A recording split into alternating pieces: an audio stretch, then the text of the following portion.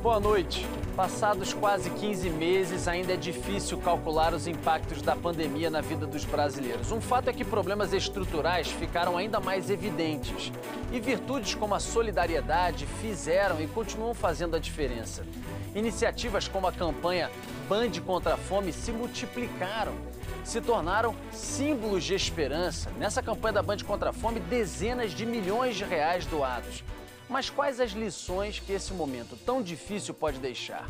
O convidado de hoje do Canal Livre se dedica a estudar e entender o comportamento da nossa população, da nossa sociedade. Eu estou falando de Renato Meirelles, pesquisador e presidente do Instituto Locomotiva e também do Instituto Data Favela. Boa noite para você, Renato. Obrigado por aceitar nosso convite aqui no Canal Livre. Boa noite, Rodolfo. Boa noite, André. Boa noite, Mitri. É um privilégio estar no que, para mim, é um dos mais relevantes programas da televisão brasileira. O privilégio é nosso e eu queria, já citados aí pelo nosso Renato Meirelles, também agradecer a participação aqui dos jornalistas Fernando Mitri e também André Basbaum, nosso chefe de redação aqui da TV Bandeirantes. Bom, eu queria começar, Renato, te perguntando um pouco e pegando o gancho nessa questão da própria campanha da Band contra a Fome, da solidariedade, momento de miséria, de fome, desempregados, milhões e milhões de desempregados. Você pesquisando pelo Brasil, periferia, favelas, qual o cenário que você poderia dizer que estamos agora? Tanto na renda, na questão do emprego, mas também desse outro lado, o lado do braço da solidariedade das pessoas que se juntam para tentar ajudar num momento tão grave como esse. Sem dúvida nenhuma, no pior momento desde o início da pandemia e no pior momento da década com relação à desigualdade e à fome no Brasil. É verdade, existem pessoas passando fome. Na favela, 7 de cada 10 moradores não tiveram dinheiro para comprar comida, pelo menos uma vez nas últimas 2 semanas. Mas, ao mesmo tempo, tem um outro lado disso. Um lado de um Brasil que está cada vez mais solidário, de um Brasil que está olhando para a desigualdade que sempre existiu, para um Brasil que, espero, saia dessa pandemia não querendo voltar no passado, porque foi o passado que nos trouxe até aqui. Mitri, por favor, sua primeira pergunta no Canal Livre. Vamos lá. É exatamente nessa linha. Renato, já há sinais claros para você, você vê isso claramente nas suas pesquisas, que o Brasil não será mais como era em termos de consciência social. A solidariedade está aí. A gente vê tudo. A campanha da Band é uma prova, a gente se comove todo dia. Mas a minha pergunta é o seguinte: sairemos dessa pandemia mudados, com uma consciência mais clara dos nossos problemas? É possível prever que o Brasil pós-pandemia caminhará mais objetivamente para políticas públicas, buscando mais igualdade, melhor distribuição de renda, já que está na vitrine de corpo inteiro o conjunto de problemas sociais que nós temos, que de fato é chocante e ficou mais terrível ainda, claro, dentro da pandemia. Tiraremos essa lição? Você acredita em políticas públicas agora com caminhos mais preparados para que chegue realmente a algum resultado? Mitri, nós fizemos mais de 47 pesquisas apenas sobre o impacto da Covid-19 na população brasileira, sobre os mais diferentes aspectos. Talvez uma das primeiras fake news que foram desmontadas pelas nossas pesquisas foi a de que o Brasil tinha um vírus que se manifestava democraticamente entre os pobres e ricos. O vírus pode até matar pobres e ricos, mas num país desigual como o nosso, os anticorpos sociais são muito diferentes. E isso ficou muito claro através dos estudos do Data Favela e do Instituto Locomotiva. Por que eu estou te dizendo isso? Porque depois que você joga a luz para os riscos da desigualdade, depois que começa a ficar óbvio os riscos de uma convulsão social por conta da falta de alimentos, a discussão sobre reduzir essa desigualdade deixa de ser uma discussão ideológica e passa a ser uma discussão ética. É ético ter essa desigualdade? É ético que somente os mais ricos consigam ter direito à vacina? É ético ter tanta restrição a modelos de distribuição de renda como auxílio emergencial, sendo que os países mais capitalistas do mundo, as grandes potências capitalistas, como os Estados Unidos, a França, a Inglaterra e a Alemanha, adotaram programas de distribuição de renda bastante agressivos? Quando essa discussão fica colocada na mesa, fica claro que o que une o Brasil é a busca por igualdade de oportunidades. Isso só é possível dando oportunidades. A primeira etapa é garantir com que os brasileiros não morram de fome.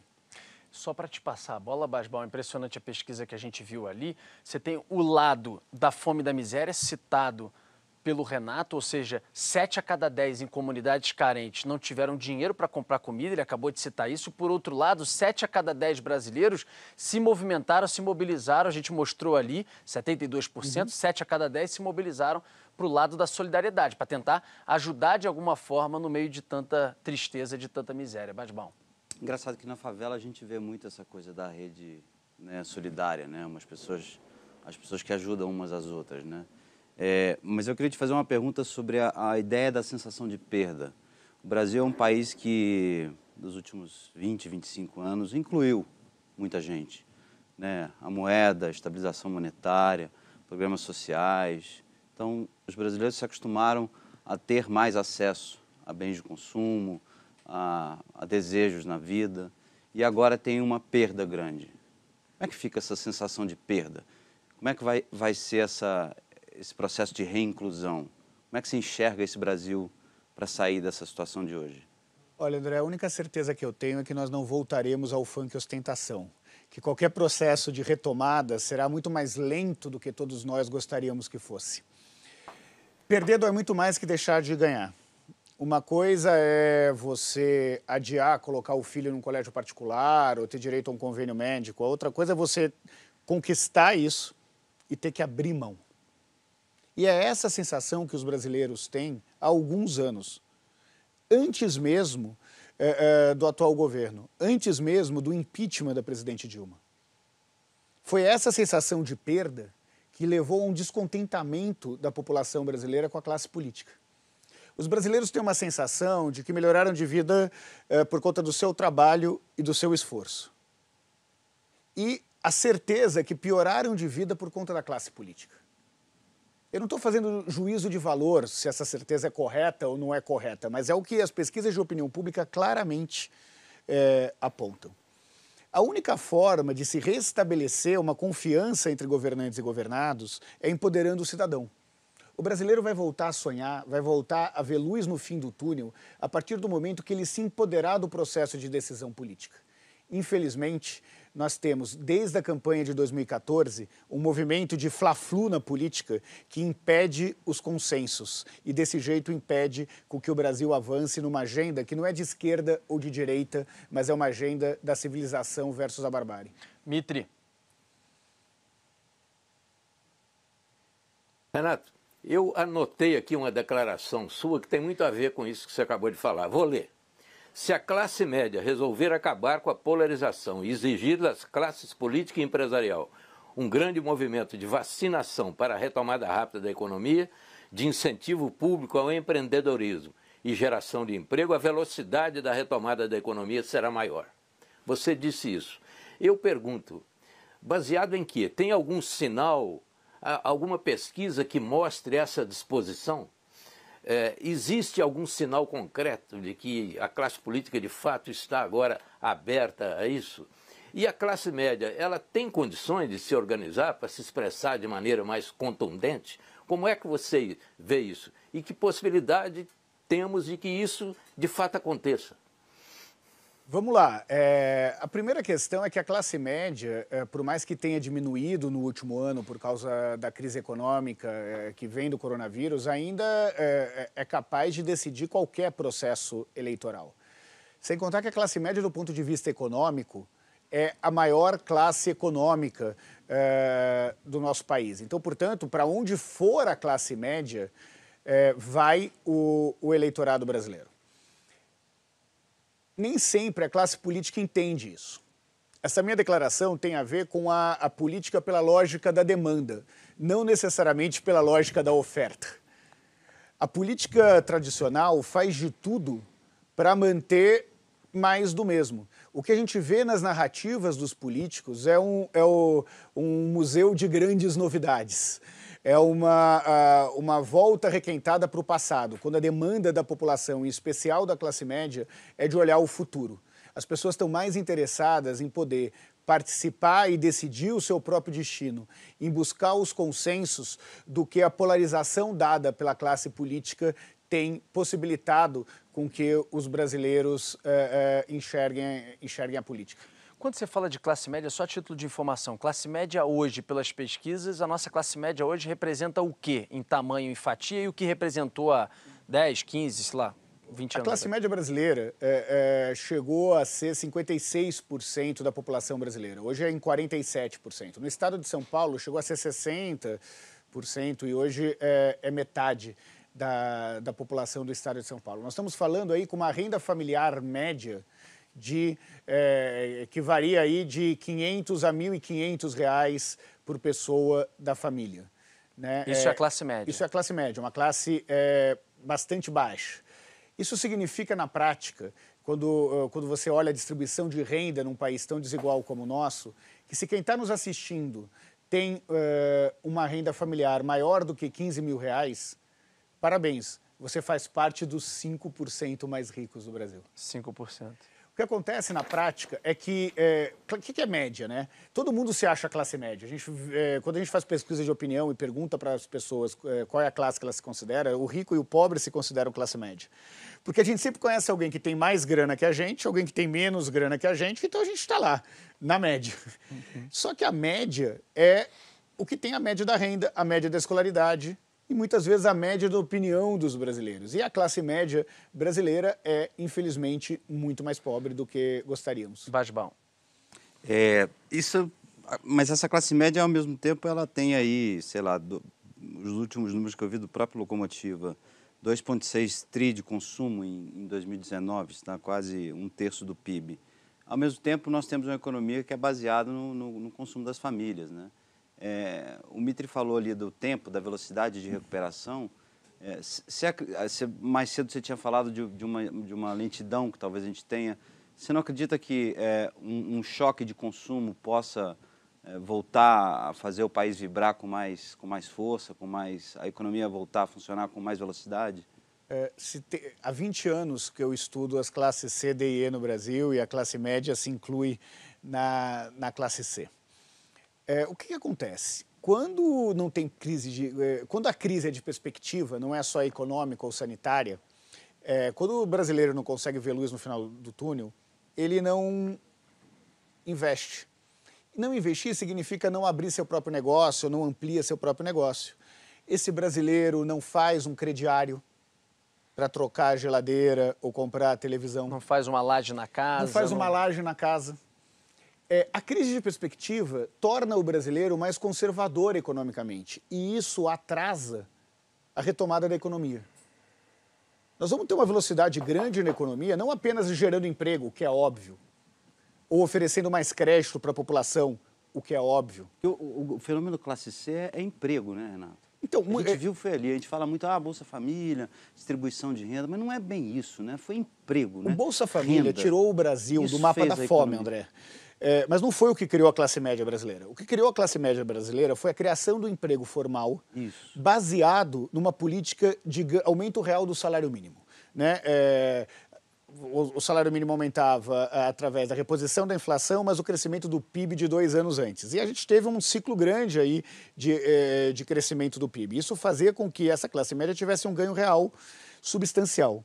Hoje nós vivemos um desemprego muito grande, e uma classe média que não tinha poupança, como os mais ricos, e nem conseguiu o auxílio emergencial, como os mais pobres.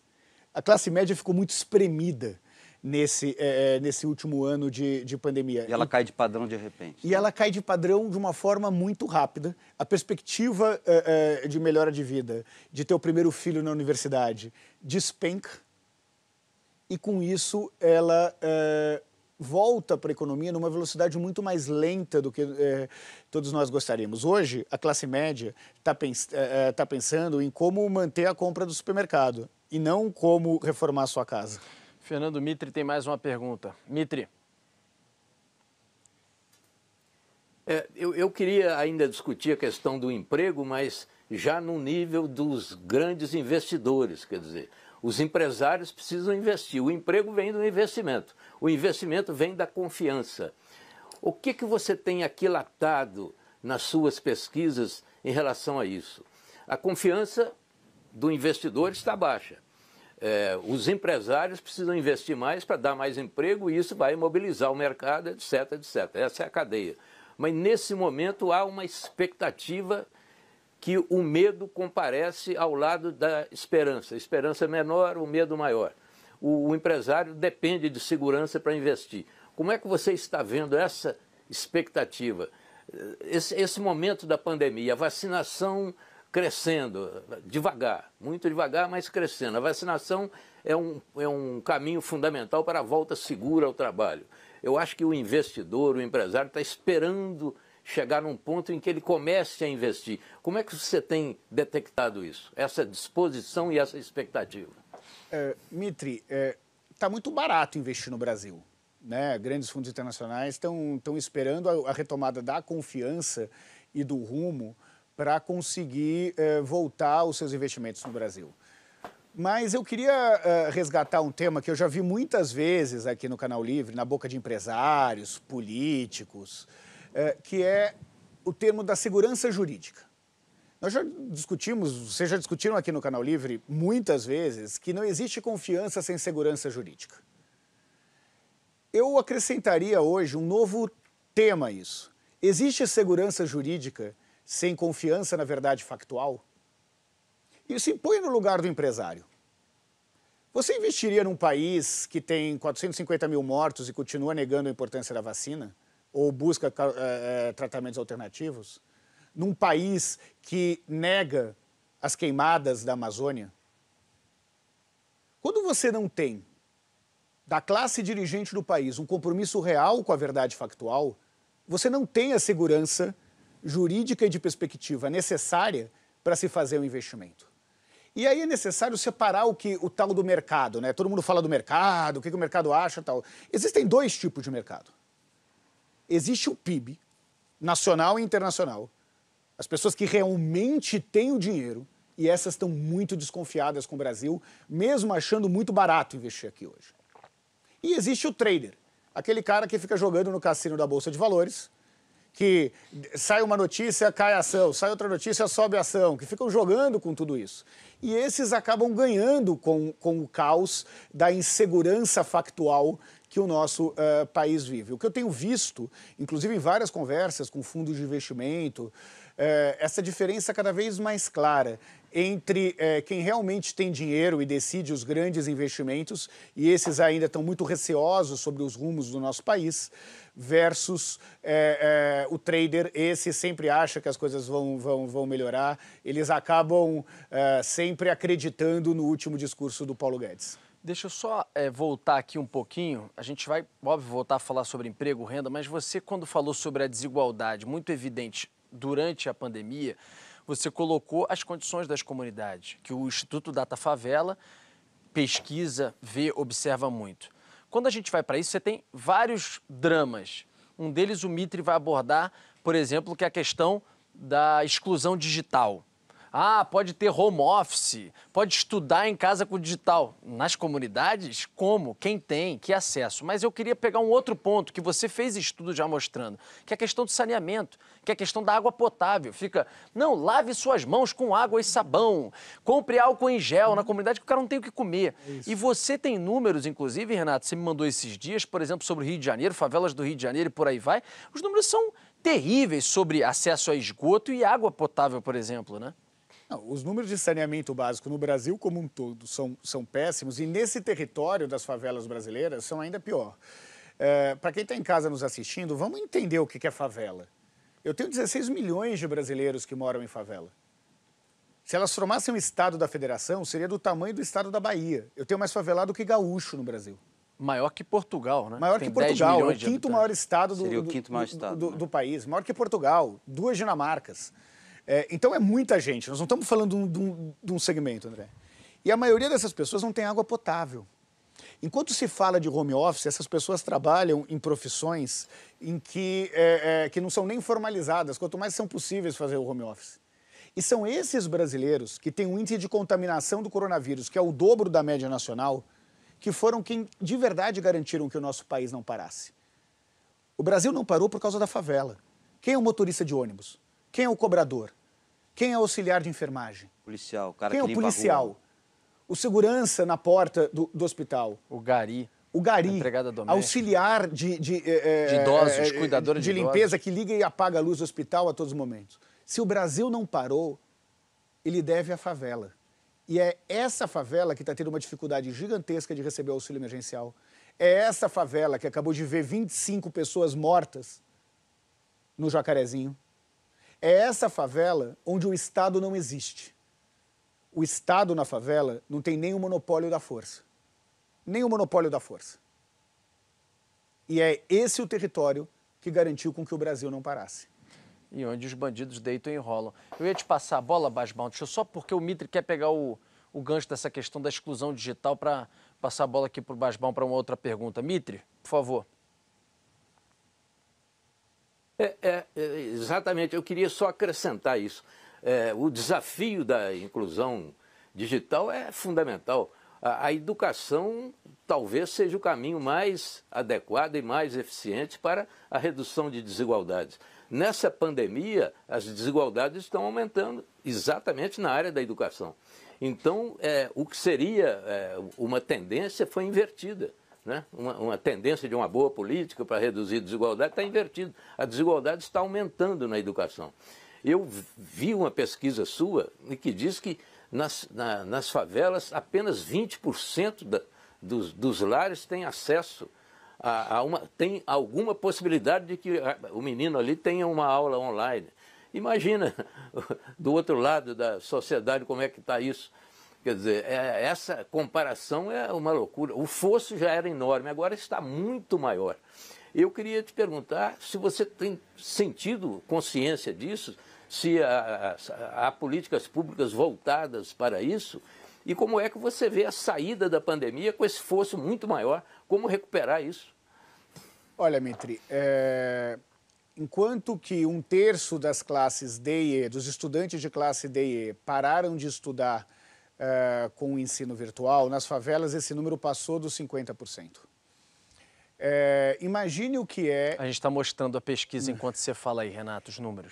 Imagine o que é você não ter condições de escrever uma redação porque você não tem teclado.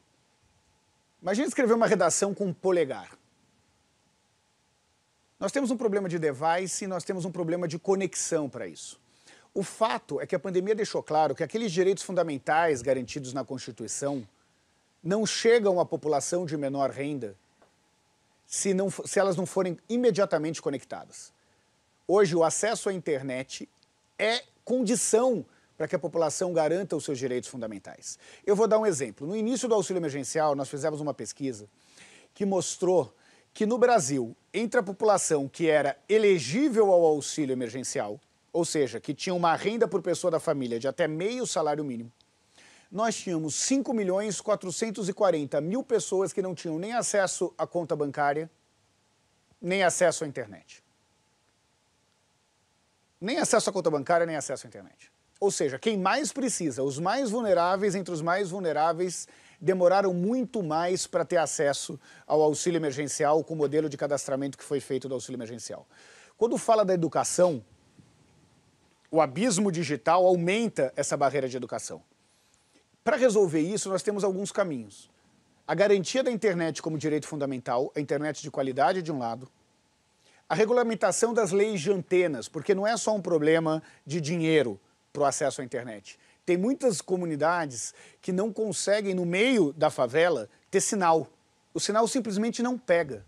E não pega porque a legislação de antena impede com que essas pessoas consigam chegar nesse território. Mas eu queria, por fim, chamar a atenção para uma coisa, para um movimento que, se de fato acontecer, vai colocar muito mais em risco o futuro da população de baixa renda e a redução da desigualdade, que é a regulamentação do homeschooling.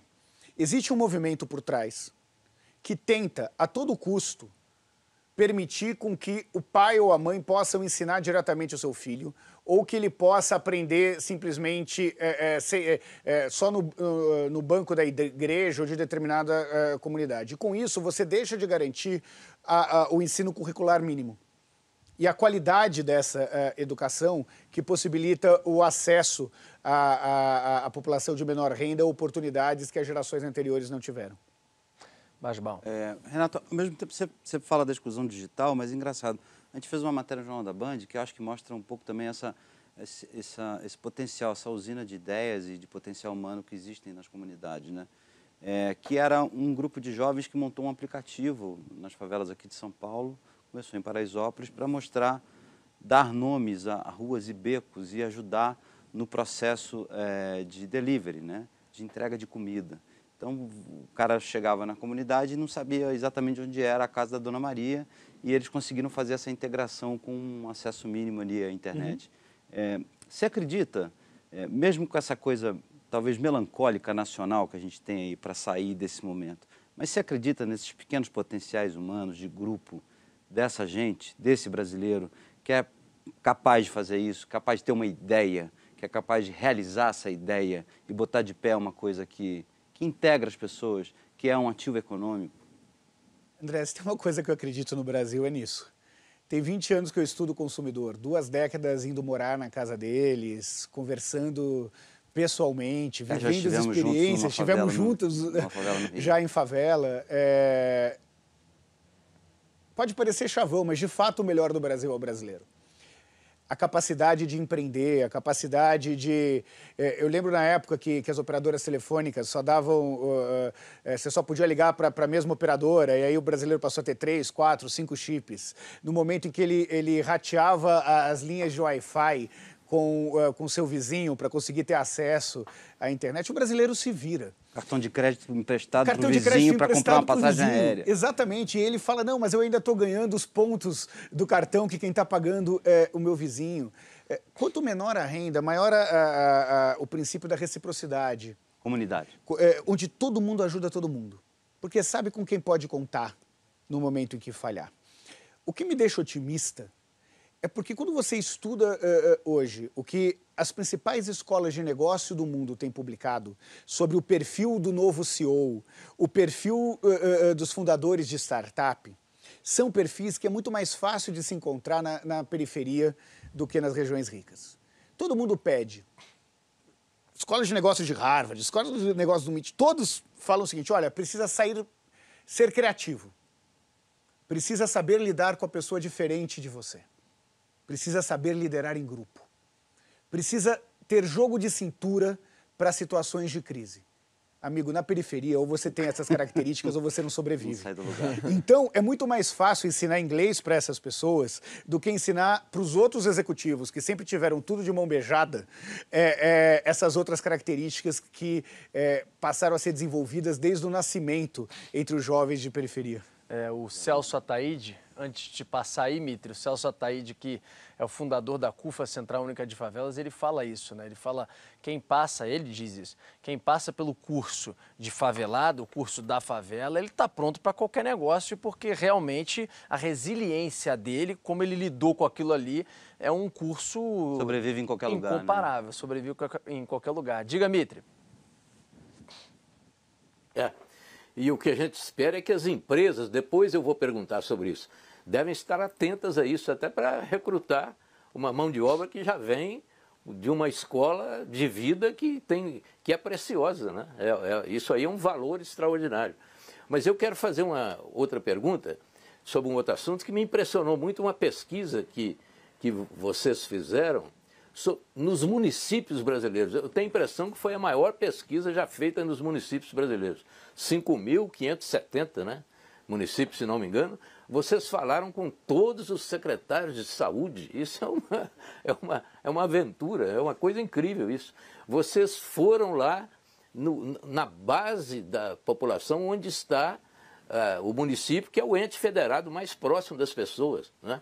Então eu queria saber o que vocês encontraram nos municípios. Como é que está o SUS? O nosso SUS, como é que está? Ele está bem tratado? Como é que é a relação do SUS com a população? As salas de vacinação estão prontas? Falta vacina, né? Precisa chegar a vacina. Mas como é que está essa expectativa e como é que está essa realidade? A estrutura do SUS pelo Brasil adentro. Como é que está? Porque hoje nós sabemos o que é o SUS. Quem não sabia, hoje sabe. E precisa cuidar do SUS com muito carinho, porque o SUS é fundamental para nós todos. Então essa é a pergunta que eu te faço. Que diagnóstico vocês encontraram no dia a dia do brasileiro? Porque foi o que vocês procuraram. Olha, Mitre, essa foi uma das maiores aventuras entre as várias pesquisas. Nós já fizemos, desde quando eu começo a trabalhar com isso, mais de 1000 pesquisas. Essa, sem dúvida nenhuma, foi uma das mais desafiadoras. E só foi possível pela parceria com Unidos pela Vacina, liderado pela Luiz Helena Trajano e pelo Mulheres do Brasil, pela Maria Fernanda. E a Maria Fernanda era um tal de mandar e-mail, telefonar para todos os secretários responderem. Só uma cidade não respondeu. Eu adoraria poder falar só para o prefeito se arrepender de não ter respondido. Mas não pode? Mas eu não posso falar não, porque eu combinei com o pessoal do Unidos pela Vacina que eu não vou falar. Mas só uma cidade não respondeu. E foi muito importante porque o SUS, que é tripartite, né, federal, estadual e municipal, tem nos entes municipais quem opera, quem faz com que o SUS de fato exista. A primeira constatação da pesquisa é: meu Deus do céu, nenhum país do mundo tem o SUS. A primeira constatação.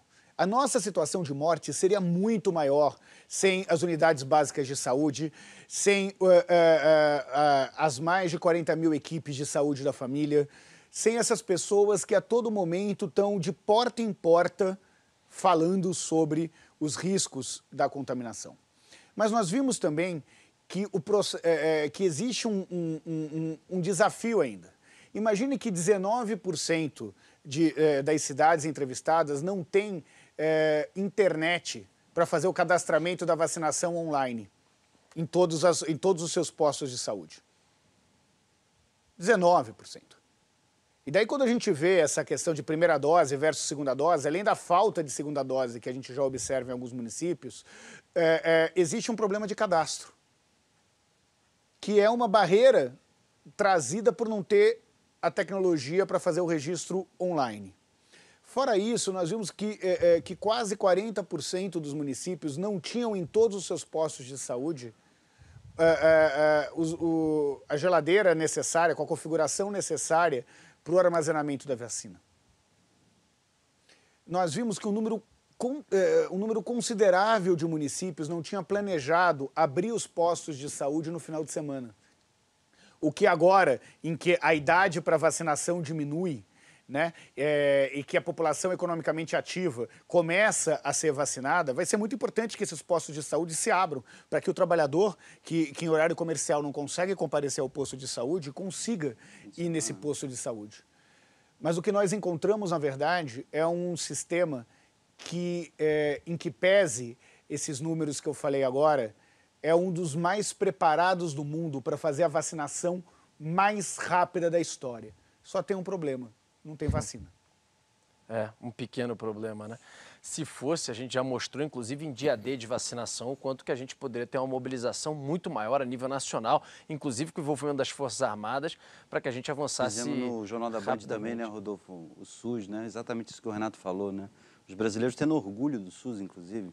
Tem que ter orgulho do SUS, tem que ter orgulho do Zé Gotinha. O Brasil foi durante anos referência mundial em imunização. Não diz não a ninguém. Você pode chegar em qualquer lugar do país com um acidente, não precisa nem ter carteira de identidade, você vai ser atendido. André, tem não tem nenhum lugar no mundo que é isso. Vocês acompanharam, o Brasil inteiro acompanhou a morte do Paulo Gustavo. Nós estamos batendo agora mais de 400 mil mortos na população brasileira. Sabe o que dói? É que essas pessoas estão morrendo de uma doença que tem vacina. É, exatamente. Eu vi uma pessoa próxima ao Paulo Gustavo falando isso, exatamente isso. Aliás, como obviamente todos os outros parentes e conhecidos dos mais de 400 mil mortos também obviamente falam, né? O primeiro bloco desse Canal Livre vai chegando ao fim, a gente vai para um rápido intervalo e volta daqui a pouquinho com um pouco mais da entrevista com o presidente do Instituto Locomotiva, Renato Meirelles. Até já.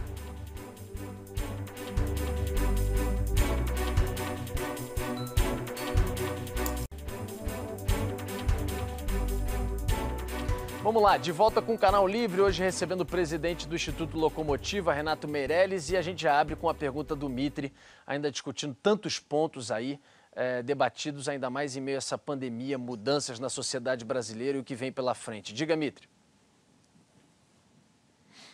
Eu queria destacar, na minha pergunta, Renato, a empresa brasileira, o empresário brasileiro. Ele está, evidentemente, tirando lições de tudo que está acontecendo no Brasil. Essa demonstração de solidariedade de uma parte das empresas, e eu até vou perguntar sobre isso, se isso é uma coisa mais geral entre os empresários, ou se ainda são áreas bem localizadas e a omissão continua grande, ou se o empresário já está olhando com mais clarividência, o que é, aliás, do seu interesse, porque é bom para os negócios que a empresa tenha essa consciência social, essa consciência dos problemas, que afinal são os problemas dos seus clientes, não é? São os problemas que precisam ser resolvidos até de um ponto de vista econômico.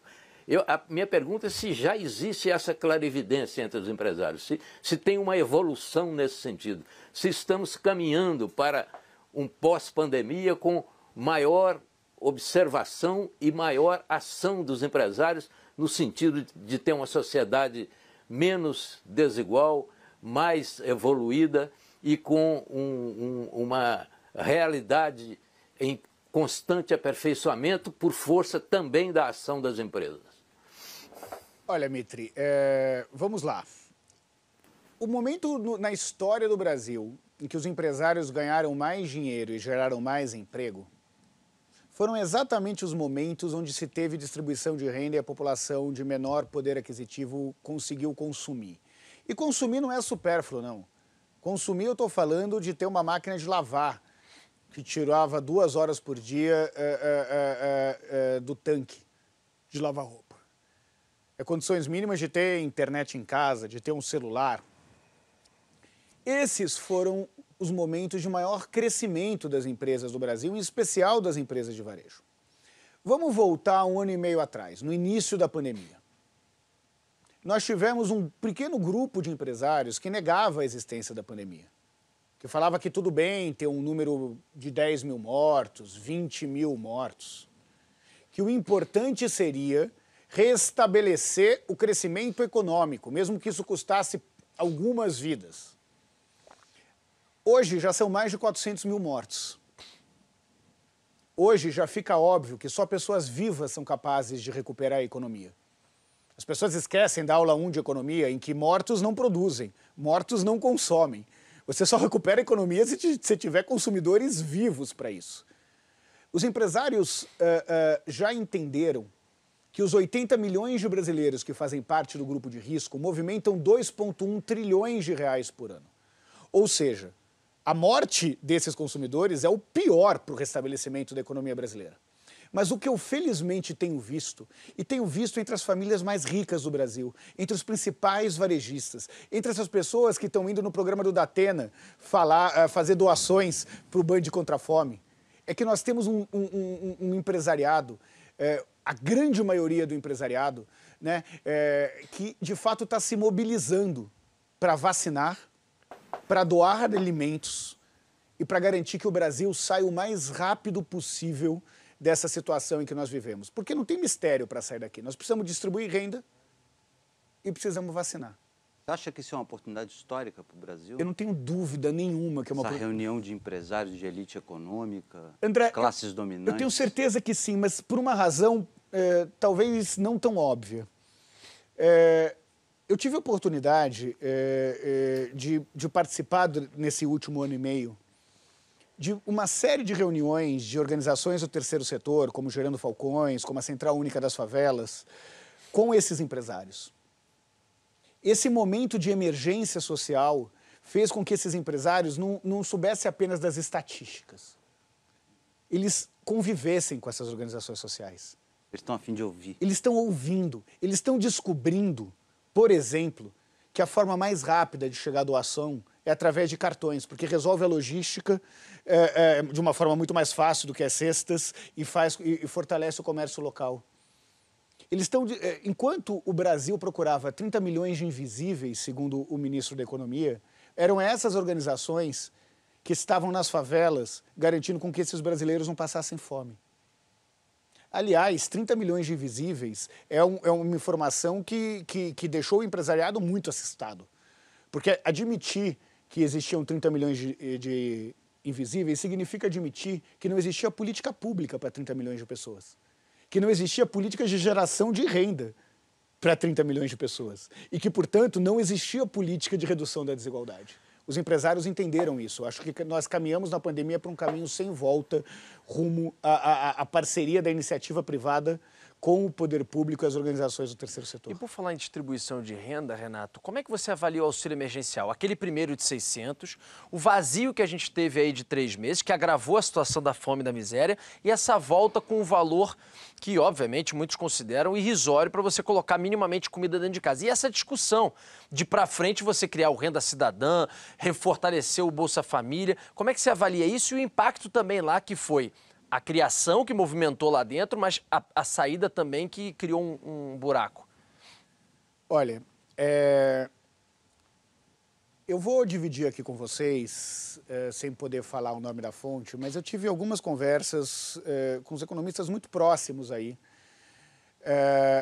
de quem detém as políticas públicas de distribuição de renda. E eu perguntei por que, sendo tão óbvio a situação de miséria no Brasil, por que se teve 3 meses, quase 4, sem o auxílio emergencial? E o que eu ouvi é que existia uma preocupação de pressão inflacionária. E com a questão fiscal do Brasil. Eu falei, mas vem cá, as pessoas morrem. Teto de gastos, aquela coisa. Assim, as pessoas morrem. Não tem pressão inflacionária. Eu demorei para entender isso até ouvir que o preço do arroz estava subindo porque as pessoas estavam comendo muito, como se não fosse óbvio que as pessoas estão comendo arroz porque não está sobrando dinheiro para carne. O auxílio emergencial é fundamental para distribuir renda. E isso não é coisa de comunista. Isso é o que os grandes países capitalistas do mundo fizeram. Os vouchers são uma invenção dos liberais. Se restabelecer um compromisso claro com a geração de igualdade de oportunidades e de redução da miséria, não é uma questão política, é uma questão civilizatória. E sem isso, vai demorar muito mais tempo para a economia brasileira se reaquecer. O Mitre está chamando ainda em cima dessa questão. Fala, Mitre. Não, é exatamente isso. E eu quero até dizer o seguinte, que eu escondi idade durante muito tempo, mas depois, com a vacinação para idosos, eu tive que me apresentar. Então eu posso contar que cobri o comício do dia 13 do Jango Goulart, no Rio de Janeiro. Desde aquele tempo até agora, a distribuição de renda, mesmo no tempo da ditadura, a distribuição de renda era um assunto que está em cima da mesa porque é óbvio. Mas nunca houve uma vontade política, a não ser em alguns anos aí atrás. Nunca houve uma vontade política firme. A minha pergunta é se você confirma isso nas suas pesquisas, que agora a consciência chegou para ficar. E se o Brasil, se você acredita que é necessário, sabemos, mas se você acredita nos caminhos políticos já pavimentados para que o Brasil caminhe com a consciência de todos para uma política de redistribuição de renda, até entendendo que isso é bom para os negócios.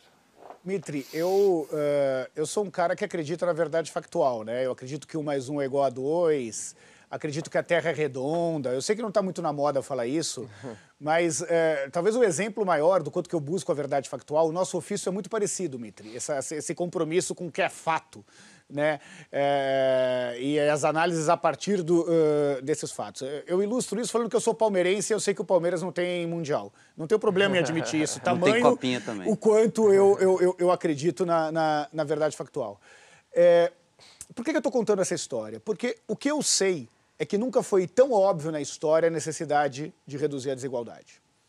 O que eu sei é que nos 20 anos de carreira eu nunca vi uma parceria tão grande da iniciativa privada com o terceiro setor.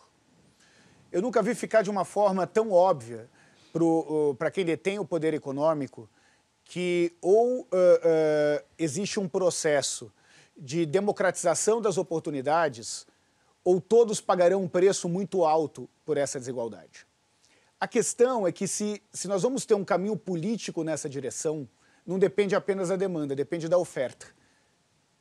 E quando se fala de oferta, nós estamos falando de espaços de poder. Significa que as pessoas precisam estar mais abertos ao novo.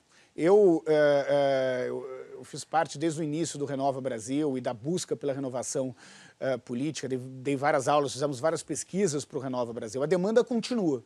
A questão é que se o novo, de fato, não aparece com um discurso muito claro de tirar poder dos políticos e oferecer poder para as pessoas, nós não vamos restabelecer esse pacto necessário que ruma aos consensos e não aos dissensos. Uma coisa é certa, o brasileiro já sabe que os únicos que ganham com a polarização são os polos. Não dá para ser o novo tipo Witzel no Rio de Janeiro, né? O novo que não é novo, o do tiro da cabecinha e por aí vai. Diga aí, Basbão.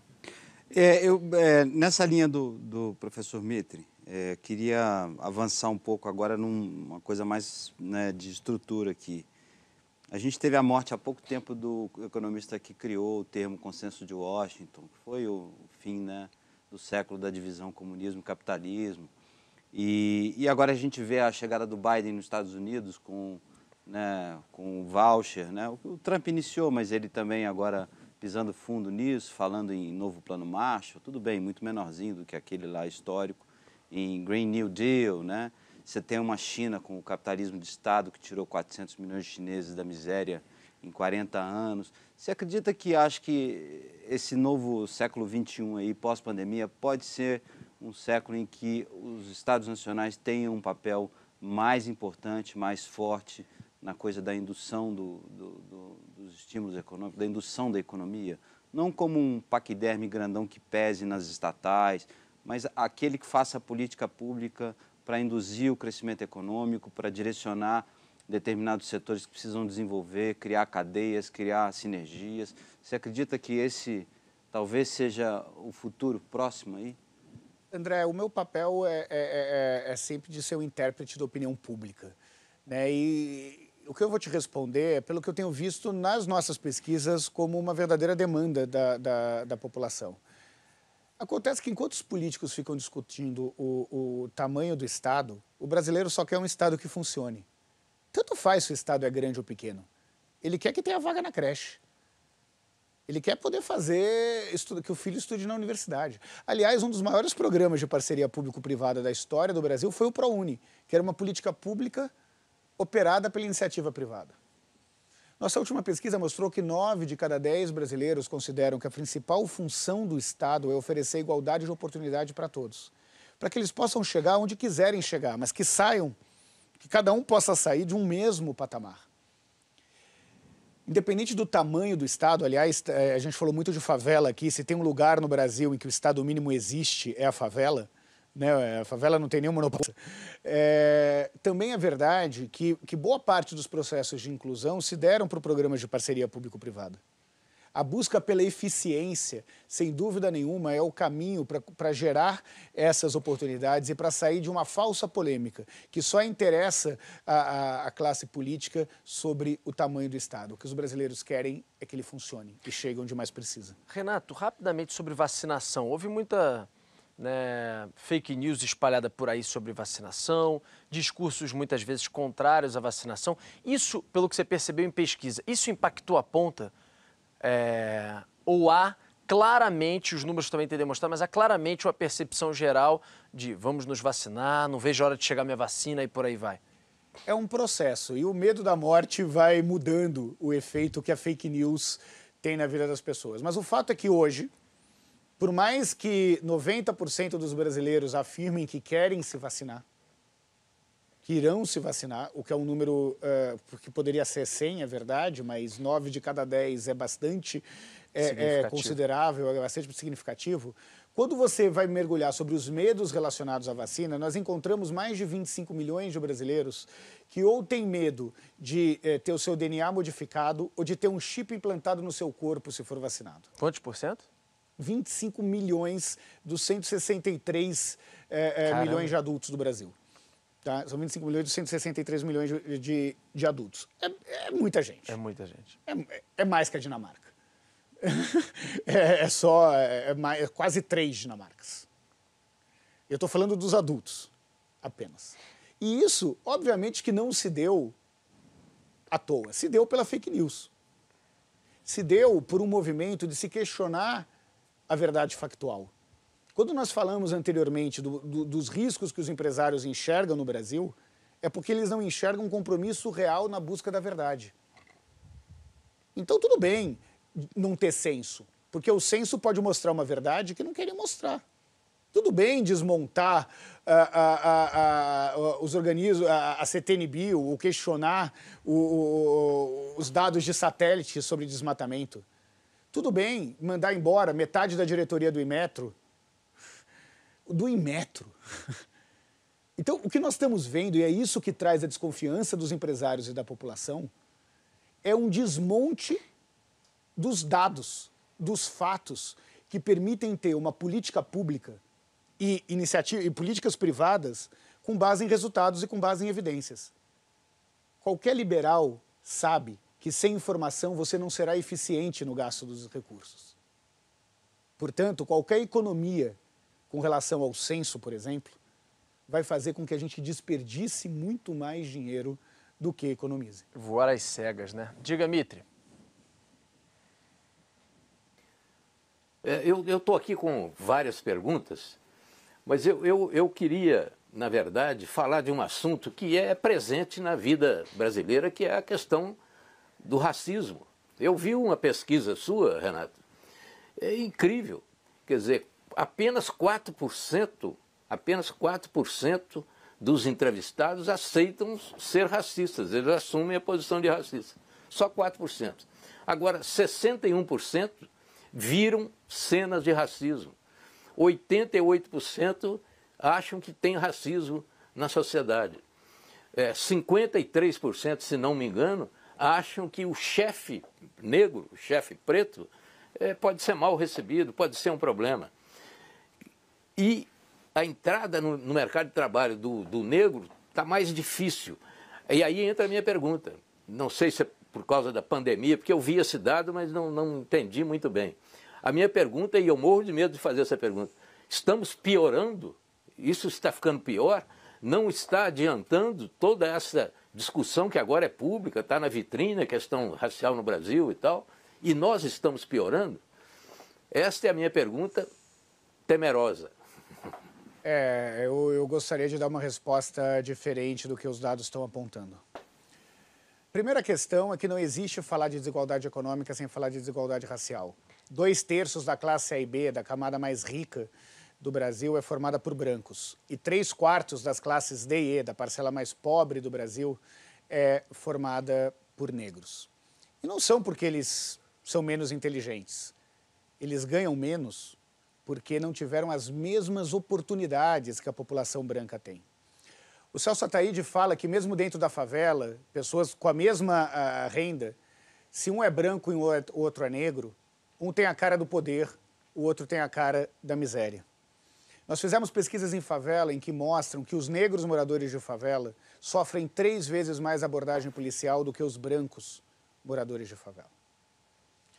Acontece que, como diz o professor Silvio Almeida, o racismo é algo estrutural no Brasil. E ele se manifesta de diversas maneiras. Se manifesta, por exemplo, a nossa pesquisa mostrou isso, que existe um grupo gigantesco de brasileiros que acham que existe racismo contra branco. Como se brancos morressem por conta da cor da sua pele. Negros morrem no Brasil por conta da cor da sua pele. Nós estamos vendo que, mesmo sendo um mercado significativo de mais de 1,8 trilhões de reais, os negros não se veem nas propagandas de televisão. Simplesmente não se veem nas propagandas. E as empresas ainda não acordaram, ainda enxergam o racismo, apenas o combate ao racismo, como uma política, quase como se fosse uma política assistencial. E não enxergam o valor que a diversidade pode trazer para suas empresas e para os seus negócios. O racismo, infelizmente, está presente na piada, está presente nas oportunidades, está presente nas abordagens policiais, está presente num segurança de supermercado que fica seguindo um consumidor entre as gôndolas do supermercado. O que os números apontam é que, se por um lado o racismo existe e é grande e não diminuiu. Por outro lado, a tolerância da sociedade para esse racismo está cada vez menor. Os brasileiros estão cada vez mais intolerantes, cobrando cada vez mais as empresas sobre o processo de inclusão. O recado que eu tenho é que, se não for por uma questão de valor, se não for por uma questão ética, que seja por uma questão econômica. O racismo atrapalha os lucros. Acha que, por exemplo, você citou a Trajano, a empresária, ela ficou no foco de uma discussão por causa de política afirmativa na questão racial dentro das empresas, da empresa dela, né, para as pessoas terem acesso, pessoas negras, pretas terem acesso a cargos de comando, salários maiores. Você acredita que a saída é por aí, é política afirmativa mesmo? O ponto de partida tem que ser esse ou não? Eu e todos os exemplos bem-sucedidos do mundo de diminuição da desigualdade entre negros e brancos. Políticas de inclusão, sejam por cotas, sejam por políticas claras de treinamento, iniciativas como que o Magazine Luiza teve, com um programa de trainee específico para a população negra, são os grandes responsáveis por mudar essa realidade, mas são também os grandes responsáveis não só pela reputação das empresas, o que interfere no valor das suas ações, como também numa diversidade de pensamento que faz com que as empresas se conectem cada vez mais com os seus consumidores. Você falou sobre, por exemplo, essa questão de segurança seguir o negro em um supermercado ou o que for. Meu professor de boxe negro, diversas vezes isso acontece com ele, quando ele vai ao supermercado, etc. Detalhe, o segurança que segue ele é negro também. É negro também. E ele comentava isso comigo. Mitri, a gente está caminhando para o final, mas uma última pergunta sua.